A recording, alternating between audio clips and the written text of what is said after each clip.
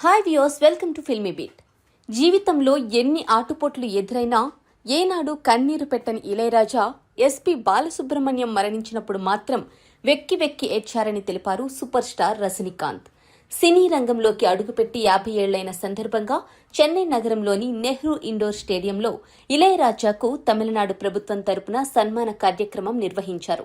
ఈ కార్యక్రమానికి రజనీకాంత్, కమల్ హాసన్ సహా పలువురు సినీ రాజకీయ ప్రముఖులు అతిథులుగా హాజరై ఇళయరాజాతో తమకున్న అనుబంధాన్ని పంచుకున్నారు. ఈ సందర్భంగా రజనీకాంత్ మాట్లాడుతూ ఎస్పీ బాలు మరణం ఇళయరాజాను ఎంతగానో కలచివేసిందన్నారు. తన భార్య, కుమార్తె, సోదరుడు చనిపోయినప్పుడు కూడా కంటతడి పెట్టకుండా నిర్భయంగా ఉన్న ఇళయరాజా బాలు మరణాన్ని చూసి తట్టుకోలేకపోయారని, భావోద్వేగంతో కన్నీరు మున్నీరయ్యారని తెలిపారు.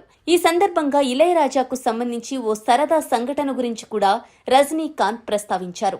రజనీ నటించిన జానీ సినిమాకి సంగీతం అందించేటప్పుడు రజనీ మహేంద్రన్ మద్యం తాగారట. అప్పుడు అక్కడికి వచ్చిన ఇళయరాజాను తాగుతావా అని ప్రశ్నించగా ఓకే అన్నారట. అలా అరసీసా బీరు తాగి తెల్లవారుజామున 3 గంటల వరకు ఊగుతూనే ఉన్నారని రజనీ తెలిపారు. ఇదే అదునుగా ఊర్లోని గాసిప్స్ అన్నింటినీ గురించి ఇళయరాజాను అడిగారట రజనీకాంత్. ఇళయరాజా పెద్ద ప్రేమికుడు, అందుకే ఆయన ప్రేమ పాటల ట్యూన్లతో రెచ్చిపోతూ ఉంటాడు అంటూ ఇళయరాజా గురించి సరదా విషయాలు పంచుకున్నారు రజనీకాంత్. ఇంకా ఆయన గురించి చాలా విషయాలున్నాయి, అవి తర్వాత చెబుతా అన్నారు రజనీ. నేను పురాణాలు, ఇతిహాసాల్లో అద్భుతమైన వ్యక్తుల గురించి చదివాను, కానీ నేను నేరుగా చూసిన అద్భుతమైన వ్యక్తి ఇళయరాజా. అందరి ప్రపంచం వేరు, ఆయన ప్రపంచం వేరు. ఎన్ని కష్ట నష్టాలు వచ్చినా చెలించరు, అందుకే ఆయన్ని సామి అని పిలుస్తూ ఉంటా. ఇళయరాజాతో స్నేహం దక్కడం నా పూర్వజన్మ సుకృతమని అన్నారు రజనీకాంత్.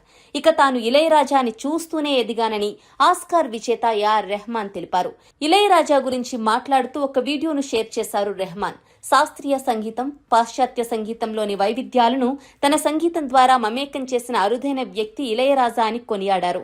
ఆయన సింఫోనీ కార్యక్రమం యువ సంగీత కళాకారులకు స్ఫూర్తిగా నిలుస్తుందన్నారు. ఇళయరాజా వజ్రోత్సవాలను తమిళనాడు ప్రభుత్వం నిర్వహించడం సంగీత కళాకారులందరికీ లభించిన సత్కారంగా భావిస్తున్నామన్నారు ఏఆర్ రెహమాన్.